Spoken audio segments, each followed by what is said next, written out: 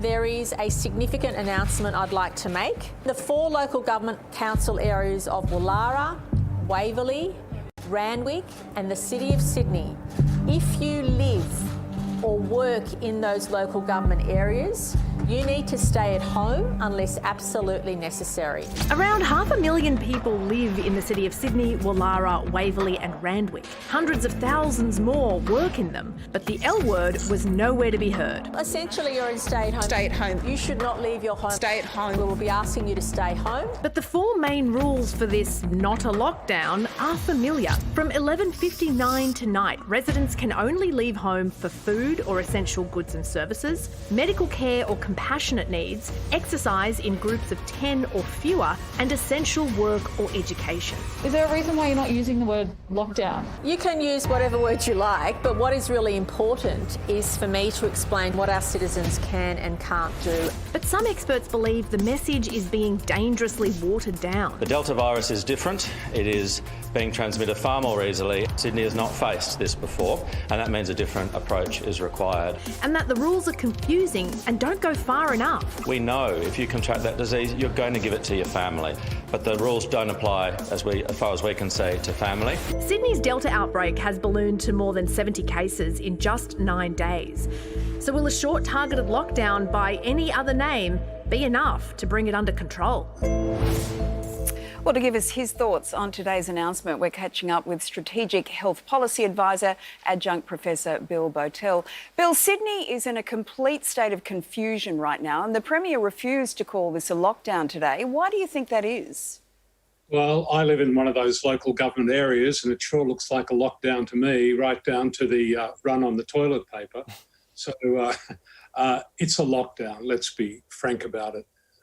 It's a rugged decision, a tough decision to make, but it's the right decision to make. But it's confusing. I mean, the lockdown zone runs right down King Street, Newtown in Sydney. So on one side of the lockdown arrangements tomorrow night, there'll be pubs open, and on the other side, there'll be pubs shut. Well, I'm afraid the virus just doesn't recognise the local government areas of Sydney, doesn't understand them. All it knows is how to get on with the business of transmitting from one person to another, and it does that when people move around and interact with each other. And we know this COVID variant is very transmissible in air, so it's that much easier to transmit. So given all of that, and given the growing number of cases, why do you think she refuses to use the word lockdown? Well, I'd hate to think it's any pride involved in this. I mean, we had 7 days of saying that there would never be a lockdown in Sydney, and they did things differently in New South Wales. But the virus doesn't do anything differently here than it did in Melbourne a couple of weeks ago. And when the first cases of infection were detected in Melbourne, the government put them into a lockdown, and that clobbered the virus in the shortest possible time. Yeah, just wonder whether the Premier's got lockdown hesitancy. Bill, I want to know, is it frustrating that the term lockdown has just become so politicised? Well, politics is what drives pandemics. We've got to look at it from the public health point of view. It is a lockdown. We are telling people not to move within these local government areas. And really, 70 people have been given a diagnosis they'd rather not have of COVID, and that's terrible.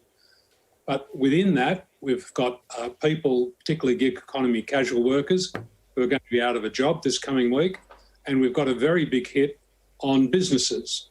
Now, the reason this happened was the very lax administration of quarantine arrangements at Sydney Airport over several months by the New South Wales government. Measures were not taken there that ought to have been taken when it became apparent we were dealing with this COVID Delta variant. Now, a lot of people are paying a heavy price for that lax administration of quarantine.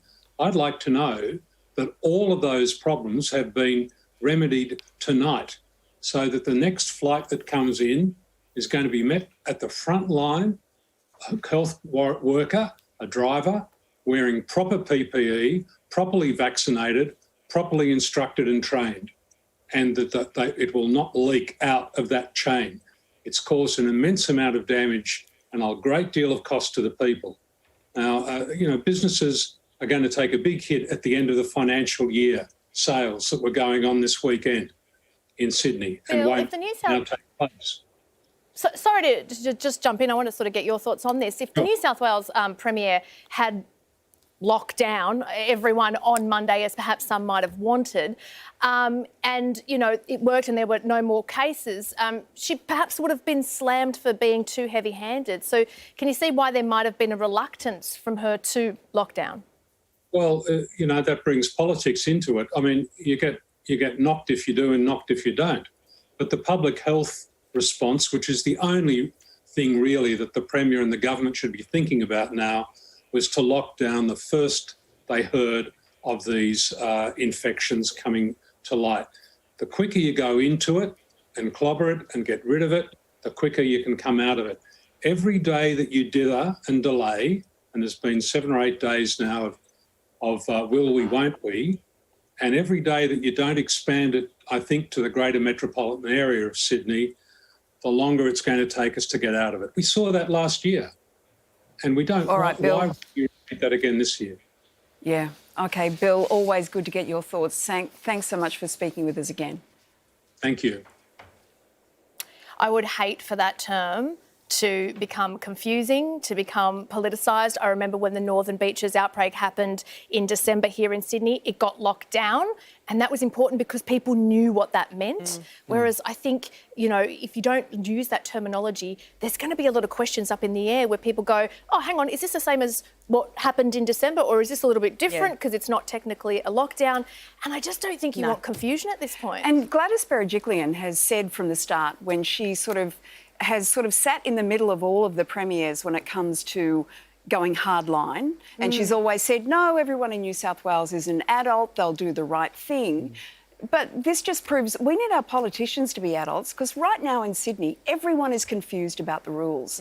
No one knows how the flexibility is going to make this thing go away. Yeah.